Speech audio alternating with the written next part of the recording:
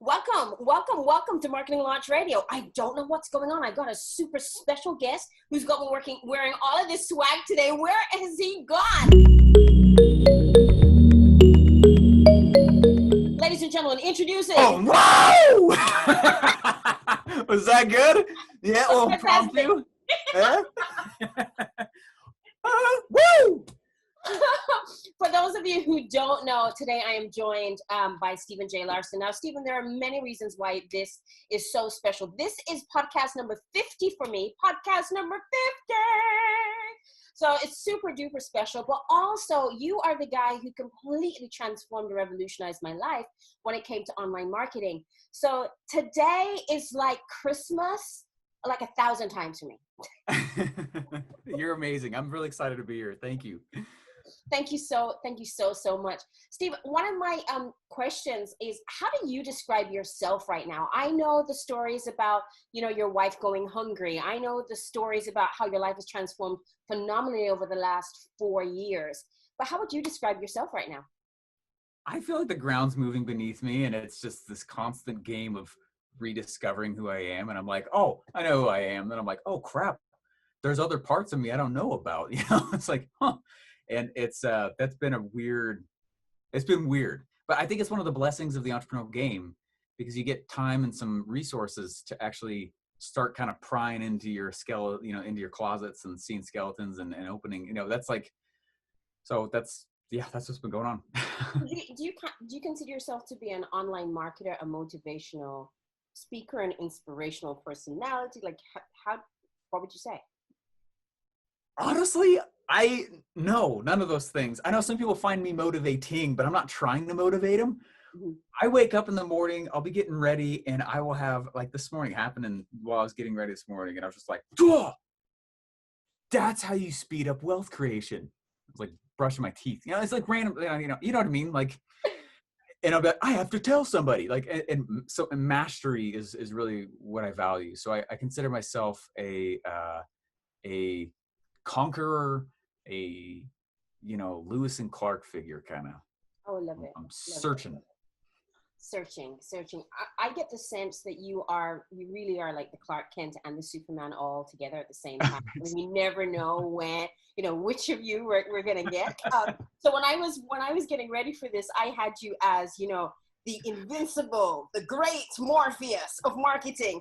And for that is because I consider you to be the guy who's charging ahead. You keep Zion focused on, listen, it's not about machines. We can overcome them. And guess what? I've done it myself.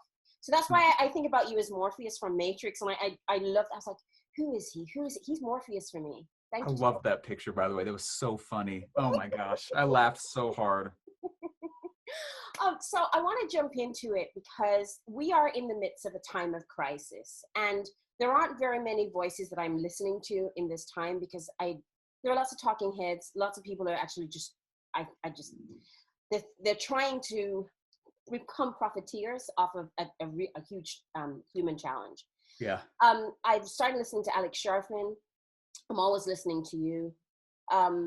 And I wanted to find out from you what you recommend our approach should be as entrepreneurs when we're launching in the midst of a crisis. How do we launch in the midst of a crisis?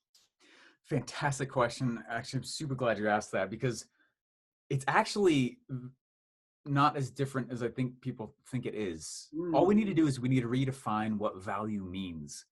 So when you think back and you start wondering, like, there's a huge difference between price, cost, and value, right? Price is how much I'm going to charge. Cost is what it costs me to sell and deliver what I promised.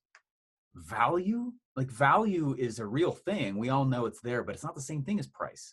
Mm-hmm. And so for the last probably like 2 months, I've really been kind of mulling over on this, and I've sent hasty messages to Russell, like, oh my gosh, maybe this is value, and he'll be like, maybe this is value. And we're, kind of like, and I've realized, I've kind of come to the conclusion that I believe that value is usefulness. That's it. Value is usefulness. It's utility. So if I want to increase my value to a marketplace, I really just need to increase how useful I am. Well, it's not that needs have left or that wants have left in this economy now. they're just different. They're just a little bit updated. They're just a little bit, the usefulness is a little bit more demanding in certain places. It's a little more lax in certain places. And, you know, I mean, as horrible as what's going on as what's going on, the reality is it's probably gonna happen again in about a decade. And just routinely, that's just what happens in any economy. It recycles, and people are forced to retool, you know, and so it's gonna happen again. And so you sit back and like, okay, well, how can I? There's a few things we need to do, both business wise, but also personally. I didn't know you can ask any of this. I love this because I've been totally ranting on this to friends, to I think a few people I have, but like I okay, personally, let's go business. I already started that one. So like business wise, what I need to do is I need to look back, and I strongly recommend, and I'm no one's financial person, but this is the moves that I made. Mhm. I went back and I started cutting costs that I realized weren't necessary. What Mhm. a blessing, right? It's like, oh wait, there's light in the dark. There always is. So there's light in the dark, and holy cow, I actually need to make less money now. It's cut 13 grand a month in expenses. Wow. Oh, why was I spending that much? I don't know, but now I just gave ourselves a raise and I need less sales to make the same amount of money. Mhm. Whew, that's good for the time that we're in. Okay, so if I can go back and cut costs personally, which I cut a lot personally, I cut a lot.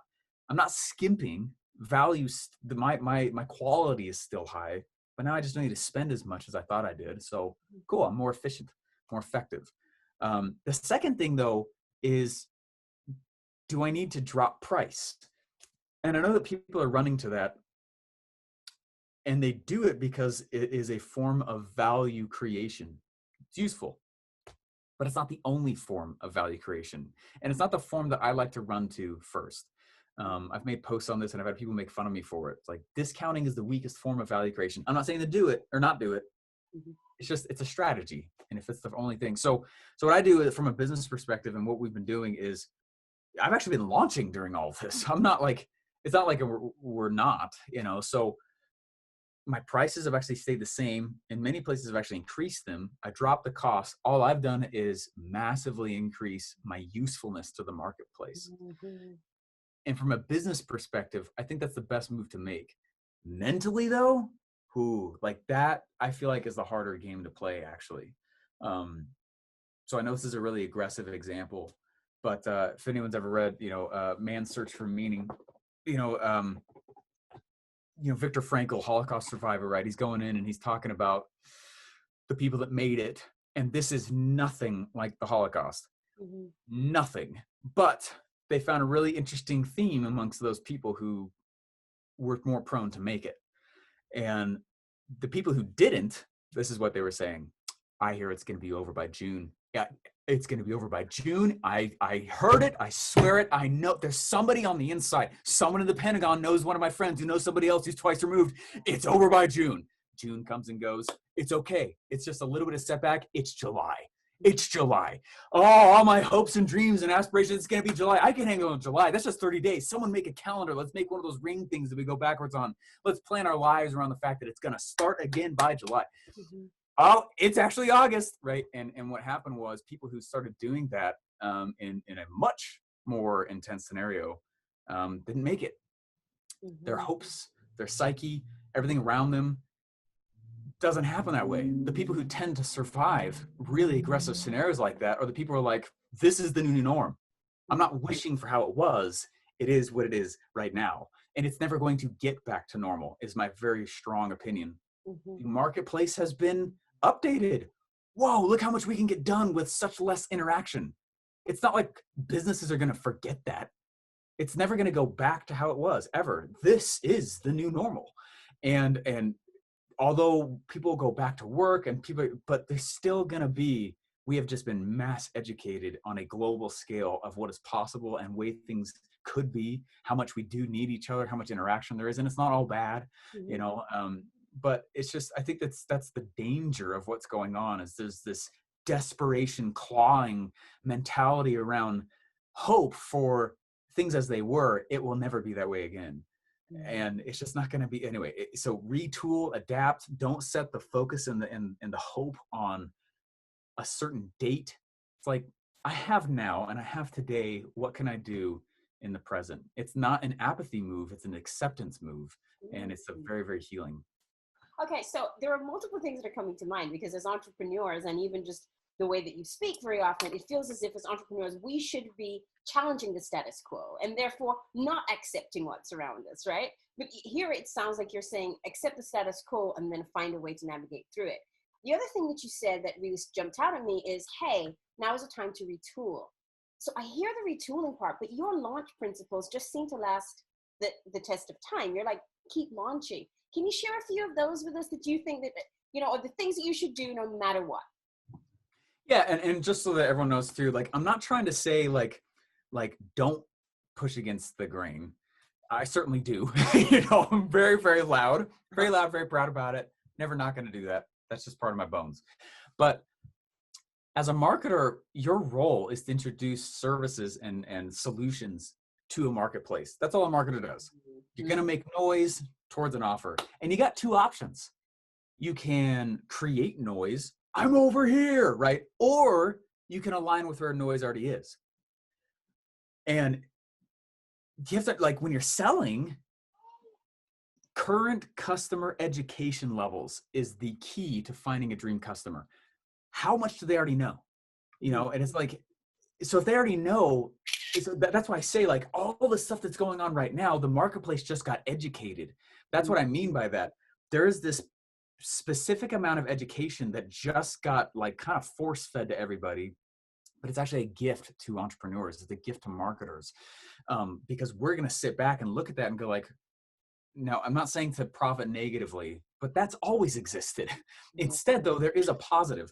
There's going to be something they're like, oh, well, look at this wave. There's a wave of noise that's already happening due to the current economy. I can either fight against it, act like it's not there, or I can move with it in a positive way that still blesses humanity. And that's what I mean by that. That's the reason for the Capitalist Pig thing. It's yeah. You know what I mean? Like capitalism versus socialism. I didn't create that argument. That's been around forever. It's just me riding the wave, and selling my products on the back of it. So I look at what's happening here and I'm like, there's something that happened that's out of my control. Can I catch the wave? Because that's way easier than standing to try to create the equal amount of noise. That's all I mean by that. Oh, I didn't answer your question. But I'm looking forward to the answer right now. Yeah, as far as my launch principles go, this is how I look at life. This is my personal opinions here. There is law. Law is something you don't break. There's law that exists way before I did. It will exist past the point that I do. Law doesn't change. There are certain types. I'm not talking about man-made law. There are certain laws that just don't change.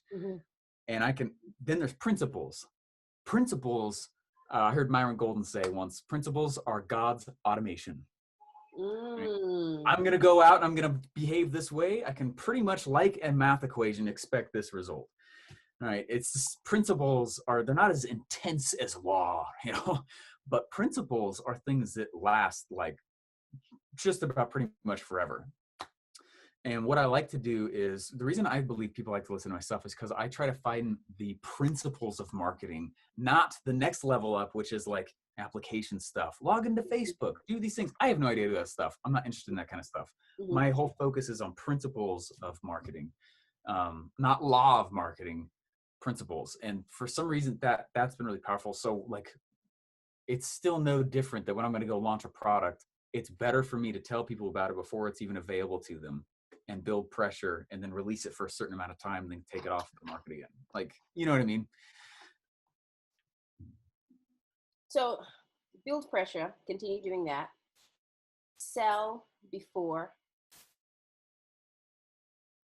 product. Yes, similar to how like Hollywood launches a product. Yeah. Or like a movie, I mean.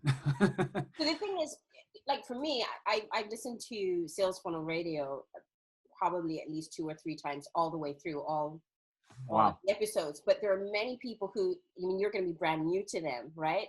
Yeah. And I just, you're welcome. When you it, and they may not be aware of what it means to build pressure or what it means to even sell a minimum viable product and then take that value to market. So I'd say my question is then, the top marketing principle that you have seen that stands the test of time, especially now, like over the last 2 months or so since crisis had become a real crisis globally. Like the man on the street, everybody's feeling it now. What would you say is the number one marketing principle that you teach that is the one we should all know? It honestly comes back to roles. What's the role of an entrepreneur? An entrepreneur is not a marketer. They're different roles. A role, like we go back to entrepreneur's role is problem solver. They solve problems. They look around the marketplace, they say, oh, that looks like a problem I want to go tackle. No one's assigned it to me. Let me go solve it though. And I'm going to go solve it. A marketer's role is literally to generate attention in the direction of the solution. A salesperson is just literally that spot in between where the transaction happens. And so if you look at and you think about like, oh, what's one of the greatest sales marketing principles for right now? It still is when you have the solution and you've increased your usefulness or value to a marketplace, do you know how to get and capture and create sales-based attention? That's it right there. That's why I'm so loud. That's why I do all the stuff that I do. It's not just because I like hearing my own voice, which I do. Kidding. It's because I'm out there causing sales noise and sales attention in the direction of my solutions. That's what a marketer does.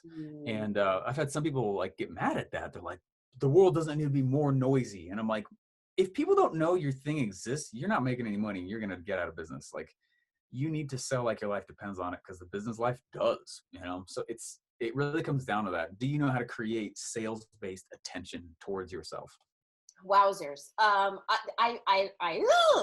Like I'm doing cartwheels inside for multiple reasons, because this became very, very real for me. So my story is I lost my 6-figure marketing agency. One funnel away is kind of like what saved my life. 12 months ago, I had hardly any idea about this stuff. And you being inside there as our virtual coach, that time you were actually inside of One Funnel Away, still going live. That completely shifted stuff for me. And then I started going, we were told, publish 365 days a year. I started going live on a Facebook page. Not a group, a page. I didn't know what I was doing. I just went live every single day. Just found out the difference myself. It's all good. Not one of those things that causes success. But I just went live every single day at the same time and just shared the marketing principles that I had learned, that I knew in my career. Sometimes I'd have 2 people watch, sometimes 5 people would watch. One of those persons asked me, hey, what you're talking about is pretty cool. Can you come into my group and talk about it? I knew I couldn't go in there without creating an offer. I created an offer which was the value of $497. I sold 10 people. That's $5,000 for a girl who had no money. And that was like the start of it for me. That's huge, the huge beginning. So I know that this stuff works, even in a small way. You don't have to be an expert at it. But you spoke about the wave earlier and kind of riding the wave. Even as entrepreneurs, going into this new normal, I suppose, going into it, we can feel inertia. Yeah. We can feel the fear. How do you overcome that every time you're going to another level, or you're about to deal with a limiting belief or your new normal? I mean, just as you described it, it is scary. It's not like, even though I know like, oh, I'm addressing a false belief, like there technically is no such thing. They're my beliefs, so I don't even know if they're false for a while. I see a therapist every Monday. So I actually just got back from him. I have a counselor. I have a psychiatrist. I have a speaking coach, a PR coach, 2 masterminds, a ton of others that it's like coaching. It's coaching. That's what it comes down to. It's mentors. Like, because I don't know me. I'm still learning me. I'm like, I love the phrase self-discovery, because to discover means that the thing is already there. So if I'm discovering me, I'm already there, and I'm just learning more of me. And I'm like, oh, look what else I can go do, But if people won't go do that, they're not going to discover who they really are. And so when there's this new level that's coming, which I can feel the next one coming, and I'm like, I don't know. Like, it's so exhausting sometimes. It's like, geez, and we all feel that though. And so it's legitimate pain that comes to every one of us in those growth phases. And it's not a bad thing though. I'm watching right now, my 4-year-old learn to not hit every time she has the emotion, you know? And it's just the thing that she's going to be doing. I'm no different. I'm 32. It's no different than the 4-year-old. I'm still a kid. I'm still 4. There's also part of me that's still 5. I'm also still a 6-year-old. I remember my 7-year-old me. That's the point. We're all still our previous ages. We're all still the ones moving forward in the future as well. And like, if you look at it that way, you start to detach emotionally from how much the growth might be uncomfortable. And so if I sit back and I'm like, oh man, here comes the growth phase. I'm like, well, we've done this a lot of times. All right, here, how do we do this? We need some time with no input. I need some time where I can just think with no intent or plan for the time. I need some time to decompress during the growth. Much like anything that's cooking, there's going to be a warm-up phase and then the actual cooking time. Then I'm going to check the temperature and see if the meat's done. You know what I'm saying? Like, you know what? I'm really not good at doing that. I don't trust my will. So who can I trust? Oh, coaches. And it's kind of by doing that. I have a little formula that I've made that I follow. Ooh. It's like, yeah. This is my own thing. I know it's not marketing stuff, but this is just something that I personally do. And I don't always remember it, but when I remember it, things tend to go better for me. Number one, I feel the feeling. That's rule number one. I don't think the purpose of life is for me to be a robot. I'm not supposed to be. I understand stoicism, but I don't want stoicism at the cost of me not experiencing human emotion.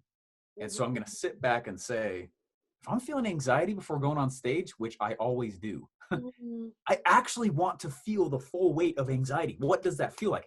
If I want to feel the fear, feel fear. If I want to feel happy, I want to massively feel and experience happy. I am emotion-based being. I'm a human. Especially as an entrepreneur, we are real sensitive to these things. You know, if I feel, because what I used to do and what most humanity does, and I'm not knocking, but is we act like it's not there. No, I'm not feeling anxiety. No, I'm not nervous. I'm like, heck yeah, I'm nervous. I'm about to go in front of 5,000 people who know who I am. What if I pick my nose? You know what I'm saying? You know what I'm saying? Like, and to sit back and say, like, this is freaking me out. Step one, feel the feeling and experience the full weight of the emotion. Number two, once I've had my pity party or my happy party or whatever kind of party, I take a moment to sit back, feel the feeling, and then do number two. Realize I'm not my feelings. I'm not my feelings. It's not me. I'm experiencing fear. I'm experiencing happy. My little I am is not anxiety. That's something else. And so number one, feel the feeling. Number two, realize I'm not my feelings. And then number three, I usually, I tend to go and I need to create momentum. I got to create small wins. So number three is small wins. So what I do is I'm talking something as simple as, I mean, depends what it is, but if I'm feeling freaked out, something as simple as, all right, getting your routine of doing your knuckle push-ups behind the stage, because you got to get in state here just a little bit. I'm like, that's a win. That's a win. As big as getting on the stage itself, that's a win. All right. And I start celebrating the small wins. And that's how I kind of pull myself forward when I don't feel like it, which is frequent. First off, I wanted to say thank you for your honesty, because you sharing with us the number of individuals who support you. I remember listening to one of your podcasts where you're like, yeah, I now have a chef who's in place to make sure that I actually eat food properly, right? I have to put these supports in place. And very often as entrepreneurs, and those of us who we're in the hustle and we're not quite sure if we're going to make it out, you can start wondering, oh God, there's something wrong with me. I just don't have it all together. I've seen it happen every single time that I need to go to another level. I get a new coach and, just phenomenal things happen. So coaching is brilliant. But decompressing during your growth, I think that's like my biggest gem coming out of this interview, because it seems counterintuitive, right? Yeah, there were times I beat myself up about it. I'm like, why am I going to a movie right now? How come I'm playing a video game, which I'll do sometimes, It's like, why am I out in nature? I should be reading the next email. It's like this hustle phase, because I believe in hustle, but I don't believe in hustle 24/7. There's Yeah. these phases, and Tim Ferriss talks about this actually, and I think he was alluding to this. He talks about this in 4 Hour Work Week. He's like the expectation that all of our work takes 9 to 5 is crazy. Why should all work for every job and every position and every role take the same amount of time every day? That's not smart. Like there's no way that's true. And he started challenging that notion. And we feel there's periods in our life where there's massive output, and then there's periods in our life where there's massive relaxation and recovery. And I had a guy help me see. He's like, Steven, you have capacity for ridiculous output in short bursts. So when I feel it coming, I catch that wave and I'm like, let's go. Let's take over the world. Oh, I want to go whoosh, like rip it out. And then when I'm like, I don't really know if I want to feel like doing anything right now. The mistake was for me to believe in the past that it was laziness. It's not laziness, it's recovery. And I'm sitting back and I'm like, I'm prepping for the next one that's coming up. And now what I do is I take rest more seriously. And I'm like, where's my phone? I have no idea. Who cares? I got that Apple Watch thing. I can ding it when I need it. I don't need the nervous twitch of always having it in my hand. Notification, but not really. Notification, but I really don't need to see it. And that's been very key for the longevity of me in this game. Steven, I wish I could have you just right here on this podcast for like another hour, 2 or 3. But I know I can't. Our time is just about up. And I just want to say, it just went so quickly. Thank you on behalf of all of us who, we're in the hustle. And like I said, we need a Morpheus, because inside Zion, for those of you who haven't watched Matrix, you need to go watch it. But inside of Zion, it's good movie. It's amazing. But it gets dark. And we're not out there always battling the machines. And sometimes the stories about the machine world can seem so very scary to us. We think that there's no way we can do the impossible. And then you come back. You come back in the Nebuchadnezzar and say, hey guys, been there, done that. It's okay. So thank you so much. Thank you so very much. And I'm going to ask if you can answer this question in 30 seconds. What is your superpower, Steven? My superpower. I've been learning that one lately. I think my superpower is, honestly, I think it's between systems and creative problem solving. Yeah. Brilliant. I'll save delving into that for another time. Yeah. Thanks for having me on. This is amazing. You're incredible. I love having you. I mean, thanks for being a follower. And thanks for doing what I'm saying, though, because Steven, you changed my life. Well, actually, I get it. And I just have so much love back towards you as well. But you're the one that did it, So congrats back to you and everyone who's listening. You're in great hands. Thank you. Thank you, Steven. Bye-bye. Bye.